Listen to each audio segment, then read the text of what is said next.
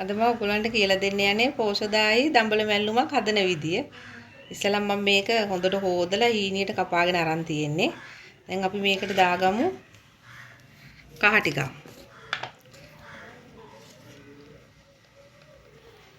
තේදි කාලක් විතර වගේ දාගන්න. දාලා ලුණු ටිකක් දාගන්න.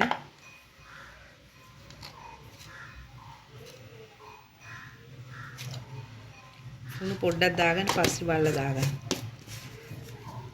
දැන් අපි මේකට වතුර ටිකක් දාගන්න ඕනේ මේක තැම්බෙන්න.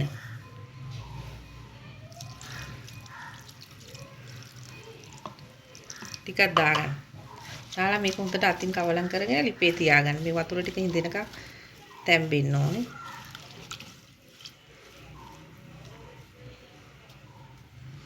මේක අපි ලිපේ තියාගමු. දැන් අපි දඹලයකට පොල් මැල්ලුමක් හදා ගන්න ඕනේ. ඒකින්ද මම මේ ඉස්සලම බෙන්ඩර් කරගන්න ඕනේ. වෙඩ් චෑයකට අපි ඉස්සලම දාගමු පොල් ටික. පොල් ඔයගොල්ලෝ දඹල ගන්න ප්‍රමාණය අනුව පොල් මේ වෙනස් කරගන්න.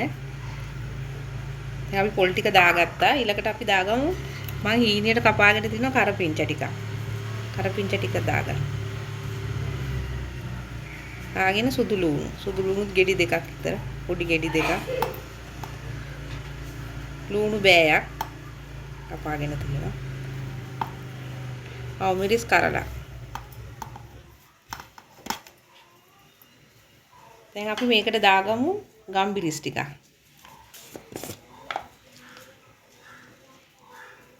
තේදි කාලක් විතර වගේ දාගන්න. ඊපස්සේ අපි දාගන්නවා අබ ටිකක් දාගන්න.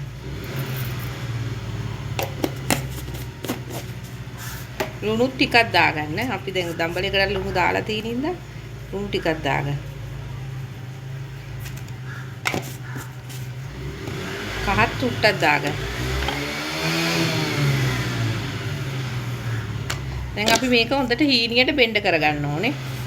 දැන් අපි මේක හීනියට බෙන්ඩ කරගමු.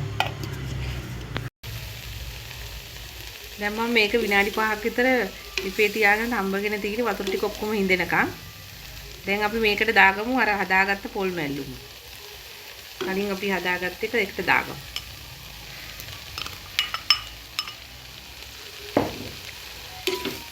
දාලා හොඳට කවලම් කරගන්න.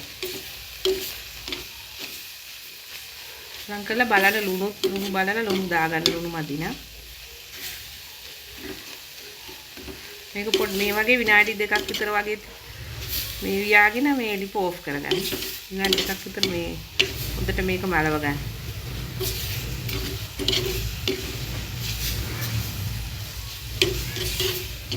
මේම දඹල මේම මේ මැල්ලුම හැදුවම රසයි උයනවට වැඩි.